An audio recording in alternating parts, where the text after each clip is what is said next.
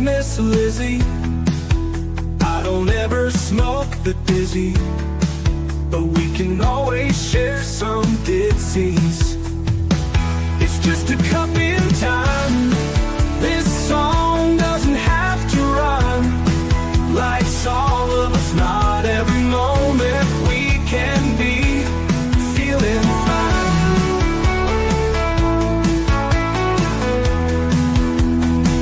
I wanna share a moment, just a second if you will, maybe even a cup of thrill. We could share this performance. It's tea time, come sit with me. Well, welcome guys, Miss Liz in the house, and I have a country boy in the house tonight. We have Adam Gaffney in the house, and we're going to share his album and talk about his tea and all that good stuff. And tonight's tea is a little interesting because tonight's tea is everywhere and nowhere. Don't let the truth get in the way of a good song, and only you know what's best for you. That is the tea that we are serving in the house tonight with Adam. But before we get started, you guys know how Miss Liz rolls. Get over to all those platforms: Facebook, TikTok, Instagram, Lemonade, Clapper, all those good platforms. Give those a like, follow, and subscribe. And check out the bios and the description areas for all of my guests, because they do have all that information. And give those a like, follow, and subscribe as well. Jump over to the podcast apps: Podbean, iHeartRadio, Listen Notes, Spotify, and all the ones I haven't mentioned. Miss Liz is on those ones too, so check those out. Then jump over to babyboomers.org. If you're looking to be featured on different podcasts and Miss Liz is not bringing you the flavor that you're looking for, you can check out. There's over 50 different podcasts that are always looking for guests as well, and you can get featured on there as well. Miss Liz has been partnered with them for about 3 years, and it's an incredible platform. You can get podcasts out there, you can get radio, you can get news, you can get all of that good stuff for all the baby boomers out there. So let's get started with disclaimer and then a beautiful intro, and then we're going to get Adam in here, and we're going to spill some tea and have some fun tonight. And maybe I got a couple surprises for all you listeners out there if you pay attention and you stay the whole show. Disclaimer for Miss Liz's Tea Time live show. Miss Liz's Tea Time is a global platform dedicating to sharing real life stories, diverse perspectives, and meaningful conversations that inspire awareness, healing, and connection. I, Miss Liz, is going live using StreamYard. Before leaving a comment during the live broadcast, please grant StreamYard permission to display your name at StreamYard.com. Please be advised that all the content brought forward during any Tea Time show is presented in good faith. However, discussions may include opinions, beliefs, and perspectives that do not necessarily represent the views of Miss Liz or the Tea Time platform. Information shared by guests is based on their own experiences and is perceived to be accurate at the giving time of airing. All guests, viewers, and participants are responsible for using their own good judgment when considering any action or decision that may relate to these discussions. Some episodes may cover sensitive topics, including but not limited to trauma, abuse, grief, mental health, and other emotionally triggering subjects. Listeners' and viewers' discretion is strongly advised. Tea Time with Miss Liz is an open discussion forum designed to offer insight, inspire awareness, and create connection. It is not a substitute for professional, medical, legal, or therapeutical advice. If you require professional support, please seek assistance from qualified professionals or trusted resources in your area. If you have any questions regarding this disclaimer or the content of the discussion, you are welcome to contact me, aka Miss Liz, directly at bookingmissliz@gmail.com, or visit my link tree at Miss Liz's Tea Time. By choosing to participate in, comment on, or view these live shows, you acknowledge and accept this disclaimer. Your participation is entirely voluntary. I, Miss Liz, welcomes you to join the conversation with an open heart, and if at any time you feel this platform is not right for you, I respect your wishes and decision and welcome you back whenever you are ready. Tea Time at Miss Liz is serving truth and awareness one cup at a time. Well, welcome to Tea Time with Miss Liz, where conversations remind us that some of life's hardest chapters can become foundations for healing, purpose, and powerful storytelling.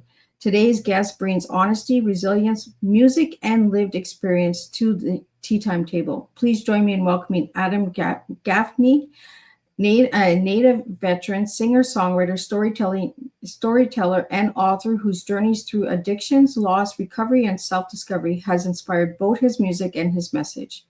Adam's work is rooted in truth. Through songwriting and storytelling, he shares the reality of struggles, heartbreak, redemption, and the courage it takes to rebuild a life when everything feels broken. His book and musical journey, Product of Another Sad Song, reflects the lessons learned through adversity and the understanding that our lowest moments do not define our future. Today's conversation is about more than music. It is about resilience. It is about recovery. It is about finding your voice after life has tried to silence it. Today's Tea Time will explore addiction and recovery, mental health and resilience, music as healing and self expression, life after loss and adversity, finding purpose through storytelling. Adam reminds us that every scar carries a story, and every story has a potential to help someone else feel less alone. So grab your cup and join us for a powerful conversation filled with honesty, hope, healing, and real life tea, truth, experience, and awareness. So let me get Adam in here and let's spill some tea together. Welcome, Adam. Hi, how's it going? It's going Hello good. again. I just seen you like 2 minutes ago. Yeah. Long time no see, right? Yep. So, Adam, tell us a little bit about your story, who you were as a little guy and who you are as an older man now. I'm from a really small town in Illinois called Litchfield. It's about 5,000 people there. It's like a farm town. Yeah, I grew up, I don't know. I guess for there it was a pretty normal looking childhood, it's not much going on in that town, not much art going on. But there was St. Louis is about an hour away. And as I got older, I ended up living in St. Louis I actually lived there the last 10 or 12 years. And I just recently moved to Arizona. My girlfriend and I, we bought some property down here. So we live down here. Basically the Mexico is my backyard. So we're pretty far away from anybody, which is kind of nice now. So, Adam, as a little guy, were you always into music? Yeah, I always loved music growing up, and I actually originally started playing drums when I was about 10 years old. That was my first instrument, and my mom taught me how to play when I was young. So, were you brought up on the classic country or folks, blues, rocks? What were you raised up on? I was raised pretty much on whatever music my dad listened to, and then which was like classic rock. And I actually didn't even get into country music until I was in my 20s. I was always around it, but I was always kind of like, you know, my dad hated it, so I thought I was supposed to hate it too. So naturally, I did that. And then as I got older, I was like, wait a minute, this is pretty good stuff. And I started really getting into it. And it was like right about I was like 22, 23 before I started getting into country music. So I had a lot to catch up on. So, who were your biggest influencers? Probably my number one is Neil Young. I don't actually listen to a lot of as much country music as people probably think I do. I'm a big Neil Young fan. That's about as the most country music I listen to. I love George Jones. I love, of course, I love Willie Nelson. But I'm a big Bob Dylan, Neil Young fan. I love that era of like the beginning of like Americana music, where it's like a blend of rock and roll and country music. Right, they twang together, like they join together. Yeah. Like Neil Young had some really good songs, and it almost sounded like country vibe, but had like a little spice to it, right? Kind of. Yeah, totally. Which, yeah, you're in Canada, so I guess is everyone required to be a Neil Young fan? Well, you know what? I love Neil Young, and I'm going to give my age away again to my listeners, but I grew up with the classic country and the classic folks music and rock and even today my kids will be like, Mom, you listen to heavy metal music? I was like, I'm in the mood for just different sometimes. Yeah, totally. I totally get that. Just because I listen to mostly country doesn't mean that I'm only just a country girl there. Right. Yeah, I love country, but I also love a lot of weird stuff too. Like I love all kinds of music. Yeah, it just depends. Adam, for you, is it the lyrics or is it the music? I think at first listen, I'm a music person, and then as I listen to the song more, I become like into the lyrics. It takes me a while. Like there's like some songs that I've been covering for years that I'm like, I don't even know if I didn't like read it, I probably wouldn't even remember what the words were. How does an artist remember all those songs and all those lyrics? That's one thing I've always wondered. I think I will say the music that I from a writing perspective, I remember a lot of the songs I write because I'm playing them all the time. But if I'm playing covers, I have a hard time remembering the lyrics because I play a lot of bar gigs, and a lot of times I not a lot of times anymore, but over the years I've done a lot of cover gigs, so I had to play like 3 or 4 hours of cover songs. I don't know how many people can just memorize that amount of music that isn't theirs. But yeah, I have a handful of songs that I have memorized, and then I mostly have my songs memorized, which even like a song I've written 10 years ago, I will probably forget what the words were. But once I do it again, I'll have it in my mind. I always wondered if the music, like the sound, the harmony is what brings the words out of artists. They get that, oh, that's the line, Totally, 100%. Or like if I'm playing with my band and I'm like, man, I forgot what's the first line, and somebody will yell and shout it to me, and I'm like, okay, now I know all the words of the song. It just took like the first 3 words in my head. Well, we have some comments on that coming into the studio, and I'd like to get them out to you. From Jonathan, love how Miss Liz brings inspiring guests with real life stories. Can't wait for this conversation. Thank you, Jonathan, for tuning in. We have a question here from Bob. Has anyone else already listened to Product of Another Sad Song? Which track stood out to you the most? For all the listeners, I'm guessing Bob is asking all of the listeners to send in their favorite track. But for you, Adam, what was the track that stood out to you the most? That's a tough one, I think. This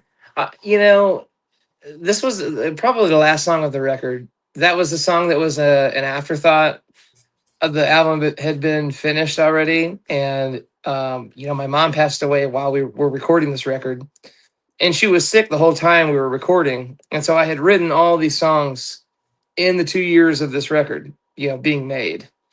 So I really wanted that last song on the record, and we kind of added it after everything was finished. And I was like, well, let me just go in and sit on the piano and we'll just do it. So that's kind of the one that stands out the most to me. Maybe it's because like it's the newest song on the record, but I think it's just like the most, I don't know, personal of all of them, even though they're all pretty personal. But so let's what inspired you for the Product of Another Sad Song? Because I like the title, Another Sad Song, because I've listened to a couple of the songs, and I like a couple of them. There's some that I'm just like, wonder what kind of mood he was in when he did this one. Yeah, it depends on what the rating is on how much I can share. But yeah, I mean the Product of Another Sad Song is the title track. That it was the name of a song before we named the record. I don't even know if we had a working title or anything. I think it was kind of like, I'm like, hey, my buddy Jorge who recorded this, and I said, hey, I got like 10 songs. Let's just record them, see what happens. And then that turned into the 17-track record. That Product of Another Sad Song just kind of became like the flagship of the record. And it ended up being, we just titled it after that. I always thought that was cool. Like back in the day, Bad Company came out with the record Bad Company, with the single Bad Company. I always thought that was cool. Like naming the record after like the big song. So that's just kind of what we did. So how did you get 17 tracks? Well, it started out at like 12, I think. I had finished Lay Me Down during the recording process. So that song was like halfway finished when we started. And then by the time we got about 3/4 of the way through the record, I said, hey, let's throw this one on. So that song and Pinch and The Thunder, those two songs were new to my band when we recorded. So we hadn't really played those live very much. And so at that point, um, that was when my mom passed away. And so I was like, hey man, I want to add this. A couple months go by and I was like, I want to add this final track. But then I thought, well, that's going to be weird if maybe, I don't know, I was in my head, I was like, is it going to be weird if I just have this one piano tune at the end, and then I was like, well, what if I segue some of like my writing transitions with poems that I've written or whatever. And I honestly kind of had an idea of Fred Friction going in there, and I just told him, I said, I just want you to talk, because like he's one of these guys that just everything he says is calculated. So I kind of told him to go in there and just be you, and I think he got a little nervous, and then so I was like, well, I tell you what, maybe read these poems. And so he read those poems. Then he had two poems of his own, and those became the 4 segue tracks on the record. And then with the song I wrote for my mom at the end, it ended up being a 17-track record. How did losing your mother shape this album? You shared a little bit about it, but how did it shape the album coming together? I think it was kind of weird. It was very like sudden that she passed. And so like I was really spearheading this record for, a year. And then she became sick, and then it kind of shifted everything. And so there was about 6 months where I really just didn't have time to record at all. And when I went back, it was kind of hard to do some of those songs. And, you're in the studio listening to these songs like hundreds and hundreds of times over and over again. And so it was just like a little bit exhausting. But it was I was glad that I was doing it with my friends, because if I was just going into like the studio and getting like session players that really didn't have any attachment to me personally, I think it would have been a different album altogether. I think the fact that it was my close friends, my band doing it, it really shaped the album, because I knew they could feel like, I know they felt what I was going through. And you can hear that when I listen to some of these songs. We did the vocal tracks, and some of my guitar licks were after she passed away. And I can really, feel that coming out when I hear my vocals in some of those songs. So Well, I don't think it would be the record it is if I wasn't channeling some of that. Well, and on this album, you also shared your sobriety and that as well through the lyrics, a couple of songs, right? You kind of get right into it, and you also share a little bit about mental illness, and like I today is your floor, so you can share whatever you like. You can talk in any language you want to talk. It's your time. It's your time to shine, Adam. And all right. So if you want to release something or you want to share something, you're more than welcome to do that with my listeners. Okay, I appreciate that. So we do have a question about Darlin. I'm going to put the question up, and it comes in from Prophet Power. Adam, what inspired you to write Darlin as such a joyful song alongside an emotional album? I wrote that song for my partner Christy. We got together shortly after I got sober, and but we had known each other for years prior to that. And I had written that song for her, and I love the song, but it is a very simple song, and it was just kind of tongue in cheek, and it was something like, our friends loved it when I would play it, because we used to work at this bar in St. Louis together, and I would play there, and I'd play the song, and it was really fun. And so I thought, hey, I'm gonna put that song on the record. But it makes sense because this record is a collection of songs over 10 years of just like a life experience. And I thought that would be a really good opener, because it's maybe my sixth sense of humor of being like, hey, here's a really catchy love song to like butter you up for what's coming next, So that was kind of butter you up, what darling. I was thinking with it. Yeah, like they're gonna have no idea what's gonna happen, I love the way you just said that, Adam. Like, you know, we're gonna butter you up. So we do have the permission from Adam to share this amazing song, Darling. So I'm gonna pull it up and let you guys listen to his song, and then we're gonna get back into talking with Adam. So Miss Liz and Adam are just gonna slide to the side, and we're gonna play the song that Prophet Prophet Power wanted to know about. So let you guys all enjoy this, and just sit back and enjoy. Darling, won't you take my hand and we'll light this fire, stoke up the flames till it can't go higher. There's a big old road just for you and me. If you wouldn't mind a little company, maybe I'll do all the talking, you bet I'll do all the walking. Hell, I'll even be crawling to you. Well, now these hands, they do more than strumming or hugging and kissing and loving. I might even stop my cussing for you. And darling, won't you take my hand and we'll light this fire.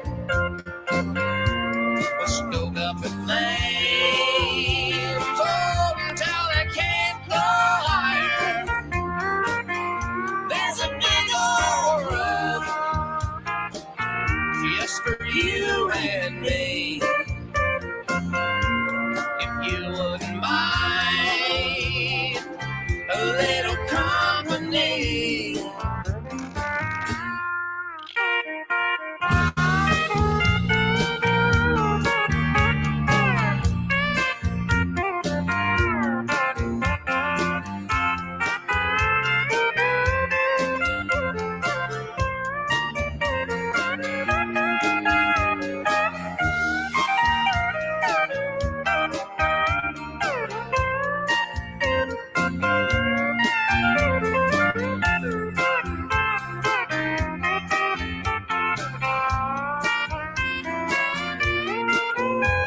Ever since I quit drinking and stinking, I've been thinking a lot about thinking.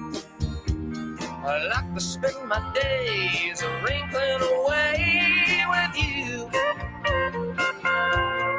Well, now I may never be a big star, but I wanna be big in your heart. I'll even name my favorite guitar after you. So darling, won't you take my hand and light this fire? We'll stoke up the flames, oh, until I can't go higher. There's a big old road just for you and me. If you wouldn't mind a little company, so darling, won't you take my hand and we'll light this fire. We'll stoke up the flames until it can't go higher. There's a big old road just for you and me. If you wouldn't mind a little company, I said if you wouldn't mind a little company.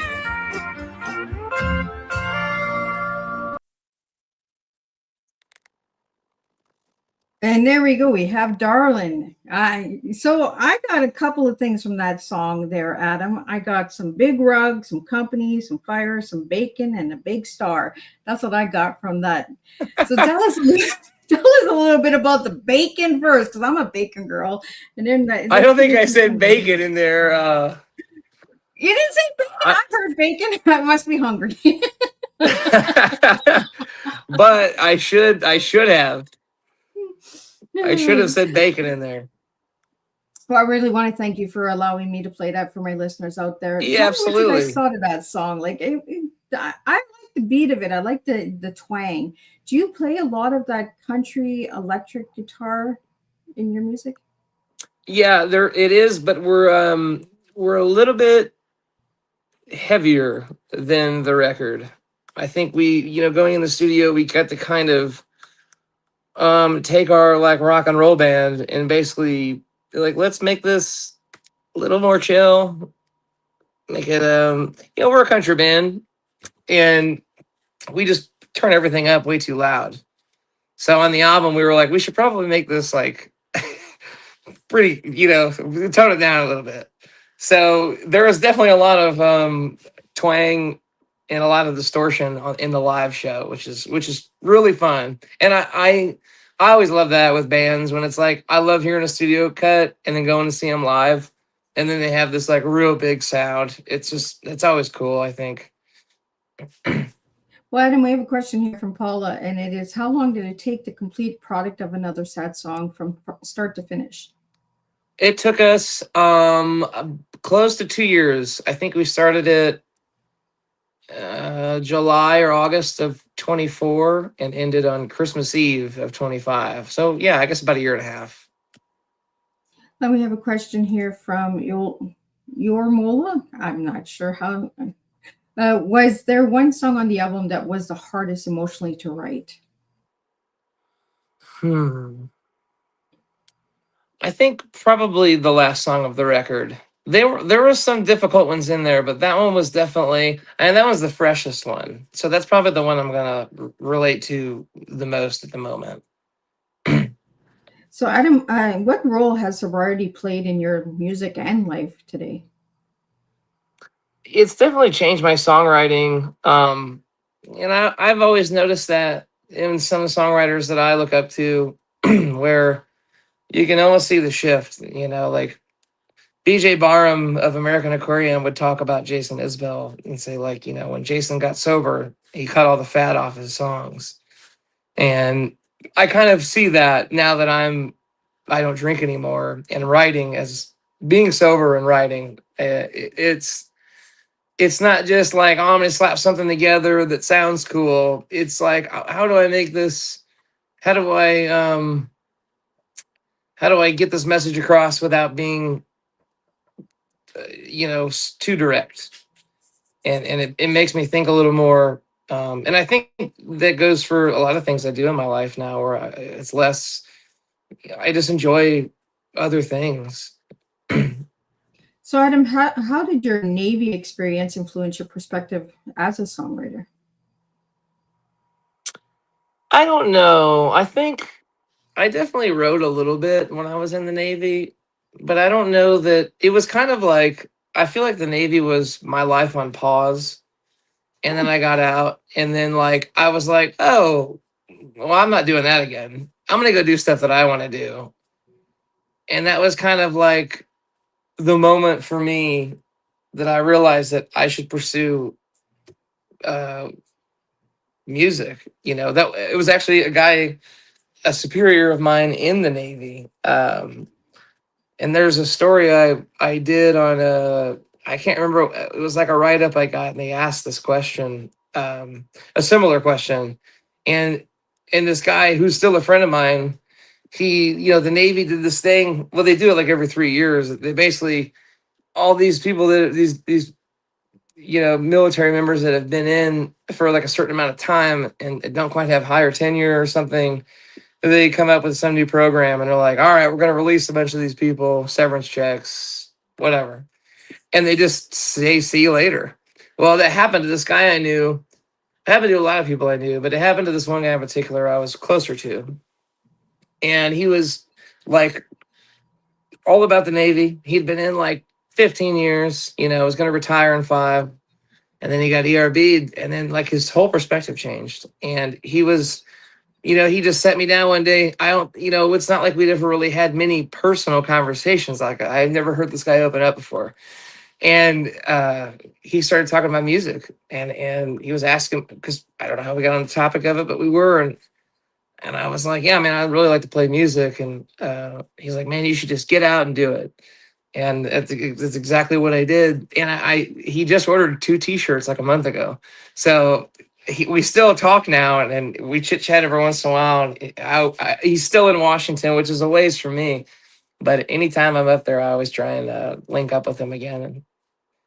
But So, yeah, that was kind of how it pushed me to do it.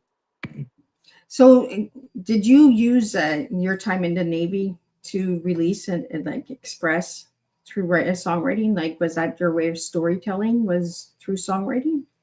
I think so. I think that was, I kept a diary when I was on deployments, and I don't look back at it that much, but every once in a while I do.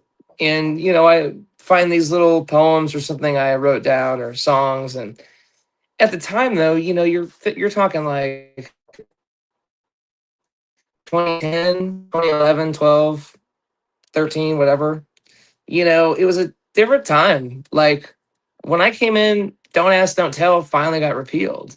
And it was like, there's this like macho masculine thing, which I'm sure it's still in there now, but guys didn't like write poems in the military. It was like, it was just, and so it was just something I did kind of and kept to myself. And then, but I didn't realize what I was doing until later, but I was like kind of honing my craft. And they say your first 100 songs are, your throwaways. So I was kind of getting those out of the way. And that's kind of how I look at it. I've never used any of those songs really, but I've used like pieces of those songs in songs that I've written now. But I think that for me was just kind of learning how to write and keeping my mind off, being in the Persian Gulf for 8 months. So it was just something to get away. Because a lot of people, they use storytelling through different aspects, right? Through art, through songwriting, through music, through dance. Did you find that you writing lyrics helped to get over certain traumas in life? I definitely think so. Yeah, and that's kind of, I think that's what's driven me to write the way I write now. Is it's a therapeutic thing for me, more so than it is like filling a dance floor. I don't. If I write like Darlin, like it's funny because it's at the beginning of the record, but it's like one of those songs where, it took me 10 minutes to write it, but Product of Another Sad Song took me like 10 months to write it. And so, yeah, I definitely run into hiccups playing bars sometimes because I can't always play really sad songs. People want to like dance and move, so it does make it tough. But my songs are definitely like personal therapeutic things that I've written. We have a question that just came in from Kyle. Did your songwriting style change after experiencing such significant life events? 100%. Yeah, after I got sober, I don't know that I've really even mentioned booze in any of my songs. And people have come up to me and said like, "Oh, it's kind of nice you're writing about something else." And I didn't think about it, but it's true. All those songs are from like a point in my life, and like, what would I write about booze now for? I don't even do anything with it. So like, yeah, my things now are more, I wouldn't say politically driven, but it's a little more about society than maybe so much like me. And I think that's where there's been a big shift in my songwriting. Like my next record, I have another one I'm doing, and it's basically a record, like a grief record that I wrote. All the songs I wrote while I was dealing with, my mom being sick. And then on top of that record, I have songs I'm working on that are more so like my anti-government songs and stuff like that. Which I'm The ones really that are like gonna, excited to the get ones to that are this. gonna burn a little. Yeah, yeah. I'm sure people back in Litchfield, Illinois are gonna rant and rave about it. But you know, that's how we make a difference, right? By getting Totally. that voice out there and getting that opinion. And that's why I said, like in the beginning of the disclaimer, is, you know, we all have different perspectives. Doesn't mean we can't get along with each other. You know, Yeah. We all bleed red. Like we're all human beings at the end of the day. So it doesn't matter. Like, but it seems that music does this, right? It makes this political argument sometimes, where people will be like, I'm not listening to that artist anymore because he mentioned this and he mentioned that, or she mentioned that. You know, it's kind Yeah, of but they like, still listen to Elvis. right? You Like know, the Dixie his Chicks. wife I'm was not like ready to be 13 years nice. Like, old. yeah, like, you know, Elvis had a way of expressing himself too, and he was a naughty boy. He wasn't a good boy. So No, but you know, that's the thing, is like you can't pick and choose who's a piece of shit and who isn't. Like everybody's made poor choices. I mean, maybe not that bad, but like, you know, and like just because you disagree with somebody on one front doesn't mean like to just cancel them entirely. But like it's gone so far now, you know, it's kind of a double standard, I guess is what I'm getting to. It's like I'm not gonna listen to Bob Dylan because he leans progressive and whatever, but I love the King of Rock and Roll. Like, where do you draw the line then? You know, how does yeah, that make sense? well, it's kind of like the new country and the old country, right? A lot of people are like, well, I don't like the new country because it's replacing the old country. No, it's not. It's just upgrading. It's like life. We're all upgrading. We're all changing. The society's changing. So we got to stay with the times, right? But that doesn't mean that we can't go back a little bit and bring some of that old style back into the Yeah, new totally. style. Yeah. So do you feel that the country twang is missing in today's world? I don't know. I don't know that it's missing. I think it is. This could be like a big rabbit hole. I might be getting us down, but I like rabbit holes. I'm that uh, girl that likes to go in the holes all the time. yeah, this is gonna be a deep one. I think a lot of music now, and I think it's been said a lot of times over. But my opinion on a lot of the music now is a lot of it's what I like to call grocery store music. It's Oh, mass produced to go to the grocery store, get your stuff, have something humming, a little melody that some like 15 dudes sat in a room and they were like, yeah. We should get some 21-year-old kid to sing about it, even though he has zero life experience. But all these 50-year-old dudes are writing in a room in Nashville somewhere, wrote the song for him. And now it's like getting played at, you know, Albertsons while someone's drinking their wine and shopping for their groceries. That's what I think a lot of the modern country music is now. But on the flip side of that, there is this like underground scene, which is like what the outlaw country used to be. yeah. Now, all those people are like underground now, comparatively to like the mainstream artists. You know, like you got guys that I would compare to like Willie Nelson that are playing 150, 200 cap rooms. But like these pop stars, I mean, you got like Jelly Roll. Like, what even is that? And he's like selling out these stadiums. I don't even know what music that is, but everybody's like, oh my God, it's country. And I'm like, whatever. Like the guy's got, it's like, yeah, it's grocery store music. It doesn't need to be good. It just needs to please like someone's ear. And they can go about their day. It doesn't conflict with views. It's like very much it's a no strings attached choice of music. Absolutely, you know, and I find that the genres are all mixing in together. So we're like losing the different genres. It's just like you're writing a book, right? We're losing all the different genres because we're slapping them all together, Mm-hmm. you know, and that's kind of like what you're saying with the grocery store experience, right? We're slapping it all together and then we're calling it country or we're calling it rock or we're calling it R&B. Yeah, slap a sticker on it, you know? you know, we're losing the roots. That's what I feel. Yeah, We're losing the roots of the genres. I agree. And I think it needs to go forward a little bit more before it can collapse. And everyone, like this Blue Dot Fever everyone's talking about, I love it. I think it's the greatest thing that's happened to mainstream music because all these big artists, let's just keep using Jelly Roll. Like Jelly let's Roll's gonna come at Miss Liz though. he's the okay, well, he's perfect because it's like you know, what's his fan base, his demographic, I'm sure like isn't like making isn't like super upper class.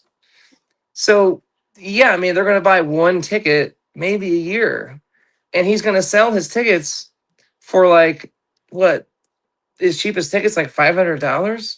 Like that's not sustainable. There's no way, especially with like the fan base he has. Maybe a $50 ticket would be sustainable. I mean, I feel like a lot of people could afford that multiple times a year.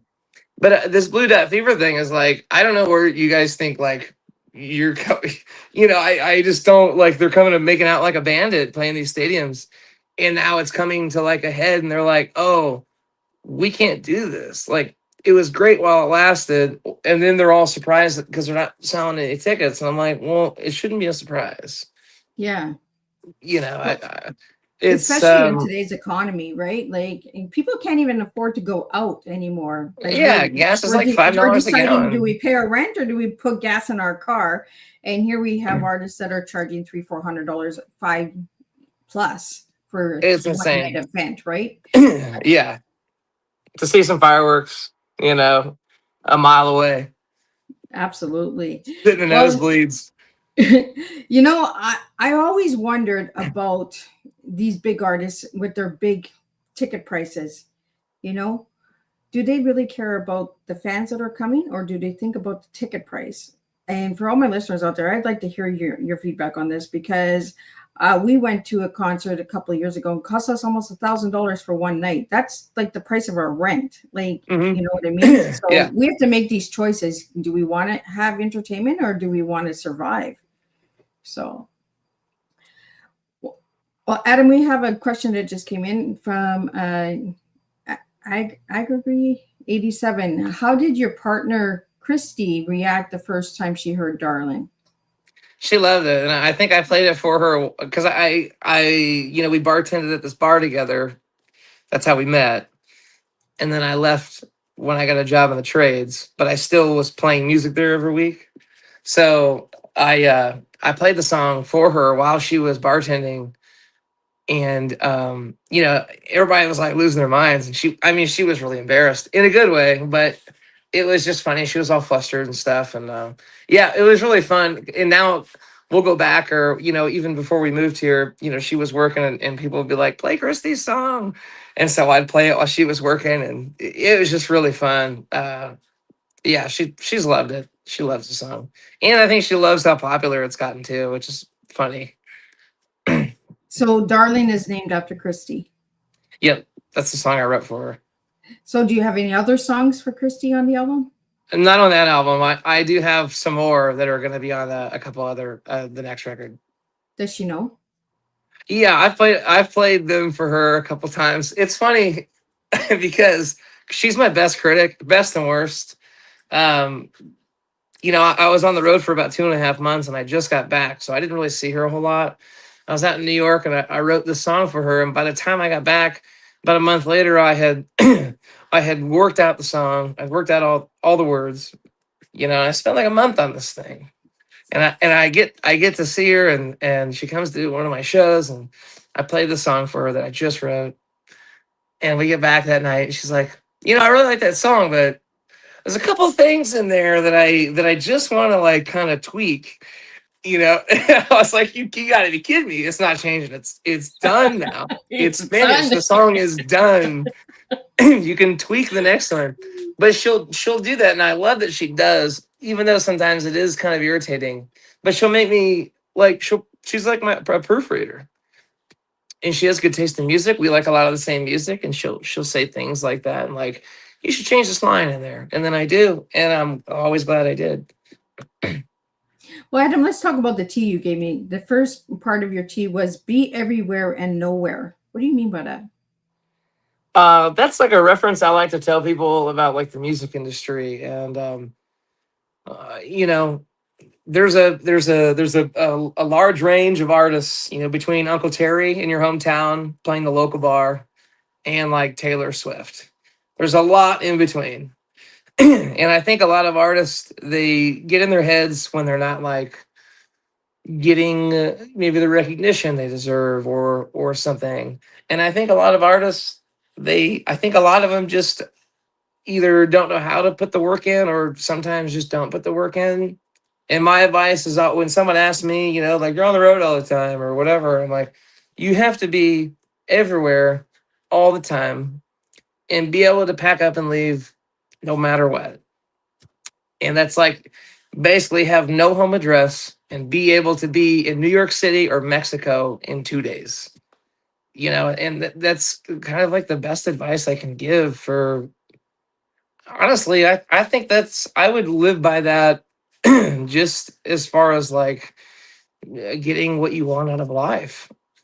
You know, I think getting sucked into, you know, a job sometimes takes, you know, uh, that imagination away, or it puts the fear in people of like, oh, I can't do that, you know. And I'm like, you can, you know, no one's telling you you can't do it. You can go anywhere you want right now. Well, it And kind of takes away from the passion, right? like, Because what's that? like when you're always on the road and you're always everywhere but nowhere, it kind of takes the passion away as well. 100%. It does. But you know, that's, I think I think that's a lot of the hardest part for a lot of people, I think, is that playing music is the business side of it, where it's a very demanding industry and there's a million people waiting in line if you say no. So like, if you're not going to take that phone call and get on that plane to go wherever, somebody's going to go. Right? If you don't go, somebody else will take that spot. Easy, probably for a lot less money. Yeah. Your second part of your tea was don't let the truth get in the way of a good song. What do you mean by that? That was told to me a long time ago. I don't remember where I heard it. Actually, it might have been Steve Pulse, um, which if you guys don't know that are listening, you don't know who Steve Pulse is, check him out. He's a Canadian. You probably know who he is. I've heard the name, but refresh my He's a mind. Canadian songwriter. He used to write with Jewel, so he wrote that Yes. song "You Were Meant for Me" with her, and that's like, I think that was something. I think he said that at some point, and I was like, I really like that. In it, I write a lot of songs that are pretty close to home. You know, my family and I are very not really family. It's kind of weird, and you know, I I think just telling the truth in a song is important, not only to like, you know, work something out mentally maybe, or something like that, but it's a good way to communicate with other people, uh and be exposed to more, because I know that there's things I went through in my life that I thought were completely normal until I got around a group of friends that were like, hey, that's not normal, you know. And I think telling the truth allows other people to be like, oh, well, I know exactly what that guy's talking about. I didn't know that was bad for me, you know. I just think that's important for people to hear. I'm really glad that the listeners are getting so many takeaways from tonight. This is what I like doing. I like picking my guests and getting them to spill their teas. And their teas are always different, and they always come with a reason behind their teas. And that's what makes us strong as individuals, is what we serve to the world. The last part of your tea is only you know what's best for you. What do you mean by that, Adam? I just don't like people telling me what to do, really. You're the rebel. It's not even an authority thing. Like, I'm not gonna like break the law just to break it, but like, uh you know, I just think, yeah, there's I grew up in a very conservative, simple family, and I worked really hard to like. I had to like retrain my brain as I got older to be like, yeah, that shit's not okay, and like, I'm not a Republican. I'm sorry, like stuff like that. I'm like, I don't know what to tell you. I hate that you, maybe some people are in denial and we're like, no, no, surely I know I'm a very passable Republican, but I am not. And I think just people just projecting on you. I don't stand for it. I don't put up with it. I don't like people telling me what to do, giving me unsolicited advice. And in this job, there's not many people out there that really know what they're talking about, but there's a lot of people that love to think they know what they're talking about. Um, and that's one thing I've learned is just don't listen to everybody.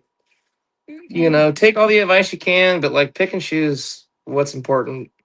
Yeah, Educated, right. with it. Get educated before you open your mouth. I tell my kids this all the time. There's a lot of talkers out there in the world, but there's not a lot of walkers. When you want them to walk what they talk, oh boy, they sit down pretty damn fast. Yeah, they do. Yeah, or they go with the same old tricks, and it's like, all right, well, it's time to not talk to you again. Yeah, right. Well, that was like the division, right? When the pandemic came, right? Is if you didn't go this way, you're no longer my friend, no longer my Oh family. yeah. Like, I don't know how many divorces. I think it was 75% divorce rate went up during the pandemic. What a crazy time. That tells you right there that there was issues before the pandemic came along. That's what that tells you. Yeah, that was part of the stimulus package, was granting divorces. Right? Oh my goodness. Yeah. Like, that was a good time to write a good love song. Like, yeah, or a really good heartbreak song. There we go, right? Yeah. That's actually, I wrote Conversation Blues during COVID. And when I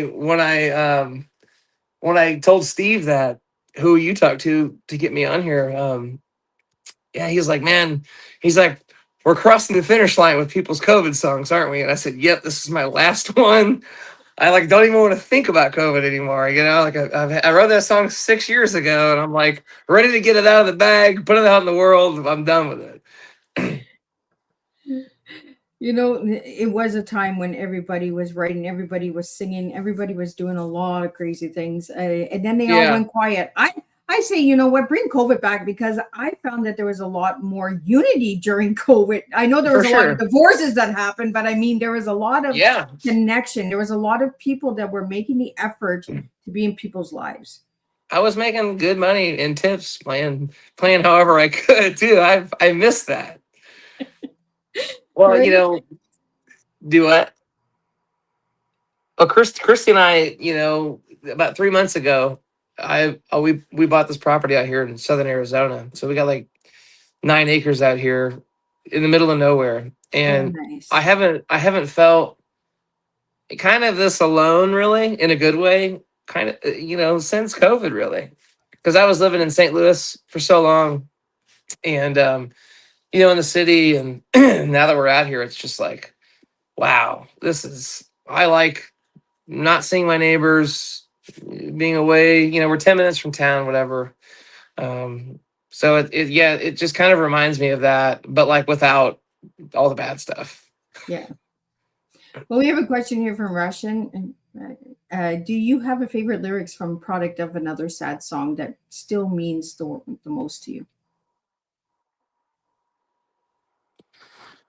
I think it's in the chorus where it's somebody carry me out of this chair, somebody carry me back up the stairs. I wrote that song that was the last song I wrote before I got sober, and I wrote that song at one of my favorite bars in St. Louis, and I was just sitting there, and I remember finishing it like I was like, I want to get blackout drunk, but I'm gonna finish this song before I do. And that was like that bridge, or wherever the line is, was like the last part of that song before I was like, and I was literally just thinking out loud at the bar, like, will somebody carry me out of this chair and back up the stairs, because I live like a block away. Wow, those are deep lyrics. Yeah, I think sometimes I don't realize how emotional some of my stuff is until other people tell me it is, and I'm like, oh, maybe I shouldn't have put that out. But that's what gets a good song out there, Adam, is those deep lyrics. You Sure. know, because that's what it was back in the 60s and 70s, was good storytelling, was good hard truth, right? Your dog died, you got a divorce, your wife left you. Like, those were the songs that got people to listen over and over. And even to this day, there are people listening to those songs because they resonate.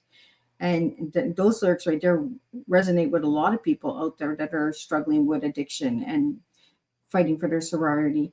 Adam, we're almost at the end here. I got a couple of lightning bolt questions for you. So just some quick answers, and then we're going to get a final word from you and where people can find all your good stuff. So the first one, guitar, piano, or harmonica? Ooh, piano. Ooh. Yeah. Best place to write a sad song? Oh, at a bar. He's going to say in the bathroom. That could, there's a lot of places you can get that done. But bar is probably the best. The honky-tonk or quiet road? Quiet road. One word that defines sobriety for you?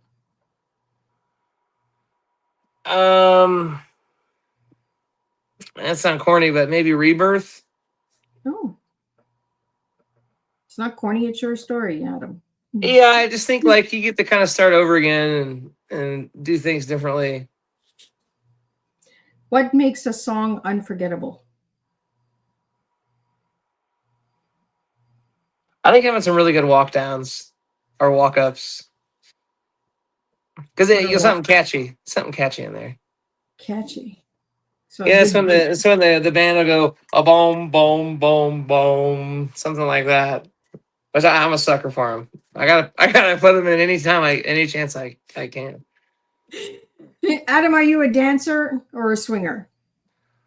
I don't know.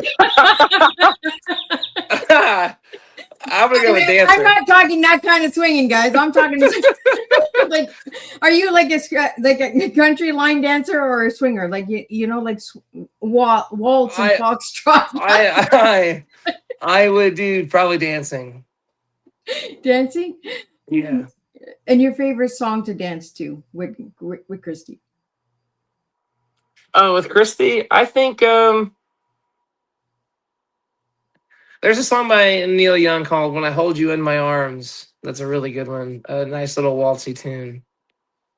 I like how you went back to Neil Young. We started with Neil Young and you ended with Neil Young. I like that. Yeah, I'm trying to start this myth or rumor that he's my uncle. So people might just start listening to my music more. Well, you never know. We're all related somehow, right? That is true. We're all cousins. We're all brothers and sisters. So, Adam, what is your final message to my listeners tonight? And where can people find your music and all that good stuff? You can find my music on the internet, just Spotify, Apple Music. Check out my link tree. All my stuff is really easy to get to from there. And yeah, I have merch. I've kind of ran out of CDs on this last tour, but I'm gonna try and get some. I'm gonna make some extra money to get some vinyls and stuff like that for people because I like vinyl. Yeah, so I'll have more merch. You can find my merch all in the link tree also. And I guess I think my final message would be, I appreciate everyone listening to this record in the way that it's intended to. I was really worried putting it out because a lot of music today is like commercial stuff, and so it's nice that I can put something out that I feel is meaningful and people find that same message that I was intending with the album, which is like kind of a "you're not alone" kind of message. And I think it's important for people to. I think it's important that people connect, with experience, life experience, and no one's ever alone. If there's something that somebody's been through, somebody else has either been through it or been through something worse or whatever. And I think everybody can find common ground on that kind of stuff. Which brings me back to why can't we all just get along? Right? You got to write that song. Why can't we all get along? Yeah. I got a song I started called Everybody's Got a Problem with Everybody Now. That's the Oh, song. now that's a Yeah. good song. Yeah. Well, Adam, thank you so much for joining me on Tea Time. Thank you to all the listeners and watchers and supporters. I could not do this without you guys. I always enjoy the comments and questions that come in. If you guys are looking to find out more about the guests that are coming up in July, that press release will be out in a couple of days. We have some incredible surprises there as well, again, in July. Thank you, Adam, so much for joining me tonight and sharing your album, sharing your work, and giving me permission to share your song as well. I'm just going to do a quick recap, and then I'll see everybody tomorrow. Yes, Miss Liz is here on Friday for 2 more shows. It is a full week this week. I have 7 shows this week. So what a powerful and heartfelt conversation today. Adam, thank you for bringing your authenticity, courage, and vulnerability to the Tea Time table. Your willingness to share both the struggles and the victories of your journey reminds us that healing is possible even after life's darkest seasons. Tonight, we explored recovery, resilience, music, mental health, loss, redemption, and the strength it takes to keep moving forward when the roads feel impossible. One of the strongest takeaways from tonight's conversation is this: your past may shape your story, but it does not have to define your future. Through your music and your book, Product of Another Sad Song, you demonstrate that pain can become purpose, mistake can become lessons, and adversity, and can become a source of strength when we choose not to give up. You reminded us that recovery is not about perfection, it is about process. It is about showing up one day at a time and believing that something better is possible. As we close tonight's Tea Time, I leave everyone with this thought: what if the chapters you're struggling through now is not the end of your story, but the beginning of a new one? Because sometimes the most beautiful songs are written after the hardest battles. Thank you, Adam, for sharing your truth, your music, and your journey with the Tea Time community. Until next time, keep telling your story, keep choosing hope, and keep serving real life tea, one conversation at a time. And tonight's takeaway is your struggles do not disqualify you from living a meaningful life. They may become the very experience that helps you inspire, support, and uplift others. I'll see everybody tomorrow, and we'll do this all over again.